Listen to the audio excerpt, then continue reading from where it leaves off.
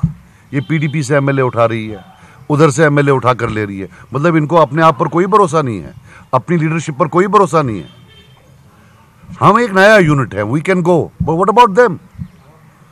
اور کب تک یہ جھوٹ بولتے رہیں گے؟ وہ فاروق صاحب اب انٹرنل اٹانومی کی بات کر رہے ہیں، ریزولوشن کی. وہ پچھلے ریزولوشن کا کیا ہوا؟ آن ریکارڈ ہے، یہ تب این ڈی اے الائنس میں تھے. نہ ان نے استعفیٰ دیا، نہ ان کے بیٹے نے استعفیٰ دیا.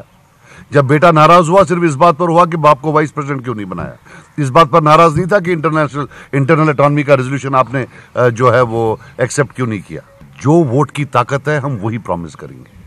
وی will not promise disproportionate promise کوئی نہیں ہوگا. And hopefully we are of the firm opinion that this is now or never, this is a time to change the political landscape of jail. Jammu میں کانگریس کی کشمیری پنڈت مائیگرنٹ سیل کا ایک اجلاس منعقد ہوا. اجلاس کی صدارت ہیرا لال پنڈتا نے کی. کانگریس کے ریاستی صدر جے امیر نے بھی اس میں شرکت کی. جے امیر نے کہا کہ 90 کی دہائی سے کشمیری مائیگرنٹ پنڈتوں کو اب تک جو سہولیات دستیاب رہی ہیں وہ کانگریس کی وجہ سے ہے. انہوں نے کہا کہ بی جے پی نے اقتدار پر آنے کے بعد کشمیری پنڈتوں سے کئی وعدے کیے تھے، تاہم ان میں سے کسی کو بھی وفا نہیں کیا ہے. جے امیر نے کہا کہ کانگریس پارٹی کشمیری پنڈتوں کے موجود مسائل کو حل کرے گی. جو کچھ پاسبل ہوا یو پی اے 1 یو پی اے 2 میں، اس ڈائریکشن میں ہماری مرکزی سرکاروں نے اور ریاستی سرکاروں نے آگے پہل کی تھی. تو اس کے بعد میں جب سرکار بدلی 2014 میں، وعدے بڑے ان کے سامنے رکھے گئے تھے بھارتیہ جنتا پارٹی نریندر مودی کی طرف سے. مگر اب جب 4.5 سال گزر گئے، دیش میں تو بڑے بڑے آنکڑے وہ پیش کر رہے ہیں، مگر جب ہم اپنی ریاست میں اس کمیونٹی کے ساتھ دیکھ رہے ہیں، یہ اسی لیول پر آج بھی ہیں جہاں 2014 میں یو پی اے سرکار جانے کے ٹائم پر رہے تھے. اگر ووٹ پرسنٹیج کے حساب سے یہ بھلے کم ہو، مگر ان کی جو آواز ہے وہ آواز اثر بہت دور تک رکھتی ہے. تو اس لیے جموں میں پنن کشمیر نے پریس کانفرنس کی. پنن کشمیر کے کنوینر ڈاکٹر اگنی شیکھر نے پریس کانفرنس سے خطاب کرتے ہوئے کہا کہ اب وقت آ گیا ہے کہ کشمیر کو تقسیم کر دیا جائے. انہوں نے کہا کہ داخلی طور پر کشمیر میں بے گھر ہوئے مائیگرنٹوں کی باضابط کاری کے لیے وادی میں یونین ٹیریٹری کے درجے کے ساتھ ایک علاقہ مختص کیا جائے. انہوں نے کہا کہ وہ لداخ کو یونین ٹیریٹری کے درجے کی حمایت کرتے ہیں اور جموں کو علیحدہ ریاست بنایا جائے.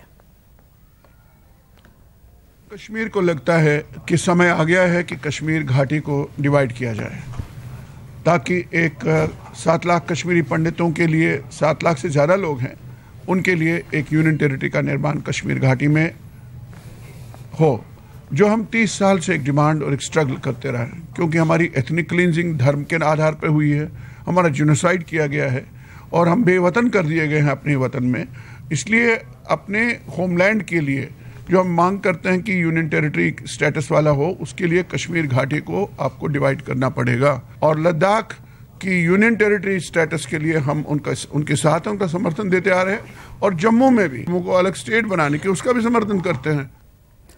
میونسپل کمیٹیوں کے 15 چیئرمین آج ایک ساتھ نظر آئے. سری نگر میں آج ان کی پہلی میٹنگ منعقد ہوئی. انہوں نے اپنے علاقے میں لوگوں کی ضروریات، دستیاب وسائل اور مشکلات پر بات کی. اننت ناگ کمیٹی کے چیئرمین نے کہا کہ ان کے پاس پیسہ بالکل بھی نہیں ہے. انہوں نے کہا کہ ہزاروں کروڑ روپے ابھی تک بنا خرچ کیے ہوئے واپس چلا گیا ہے. ان کی خواہش ہے کہ گورنر انتظامیہ فوری طور ہر کمیٹی کو 2-2 کروڑ روپے مہیا کرے تاکہ لوگوں کے کام شروع ہو جائیں. انہوں نے کہا کہ موجودہ حالات میں ان کو کام کرنے میں دقت ہو رہی ہے. وہ معقول سیکیورٹی کے ساتھ ساتھ رہائش کی بھی مانگ کر رہے ہیں. ڈیولپمنٹ بٹ سینٹیشن ہم اس لیے نہیں دے پراپرلی کر پا رہے ہیں کیونکہ ہمارے پاس نہ اکوپمنٹ ہے، نہ مشینری ہے، نہ مین پاور ہے. تو لوگوں کو ہمارے اوپر ایکسپیکٹیشنز ہے. تو لوگوں کو بھی ہم آپ کے ذریعے اویئر کرنا چاہتے ہیں اور حکومت کو بھی یہ کہنا چاہتے ہیں کہ یہ الیکشن تو آپ نے کرائے، سب کچھ تو آپ نے کیا، مگر جو فیسلٹیز چاہیے کاؤنسلرز اور کمیٹیز کو چلانے کے لیے وہ ہمیں مہیا کیا جائے. ایسا سٹاف ہے، ان کو چاہیے ریکوائرمنٹ ہے سویپر کی، لگایا آپ نے کسی اور کو ہے، 40 کے قریب تو فیمیل ہے. جب ہم ان کو بولتے ہیں کہ آپ سینٹیشن میں نکلے، صفائی کرنے کے لیے نکلے، وہ بولتے ہیں ہمیں تو لگایا نہیں اس چیز کے لیے. آپ ان سے بولیے آپ کچھ لکھیے، کام آفس میں کیجئے، آفس کا کام کیجئے، تو وہ انہوں نے وہ تو پڑھے لکھے ہے ہی نہیں. تو یہ تو ایک برڈن ہے نا کاؤنسلرز اور کمیٹیز کے لیے.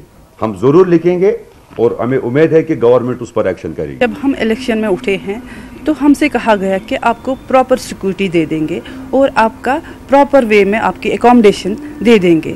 مگر سب انہیں یہ سمجھے کہ سب انہیں اپنی جان ہتھیلی پہ لے کے ہم نکل گئے ہیں.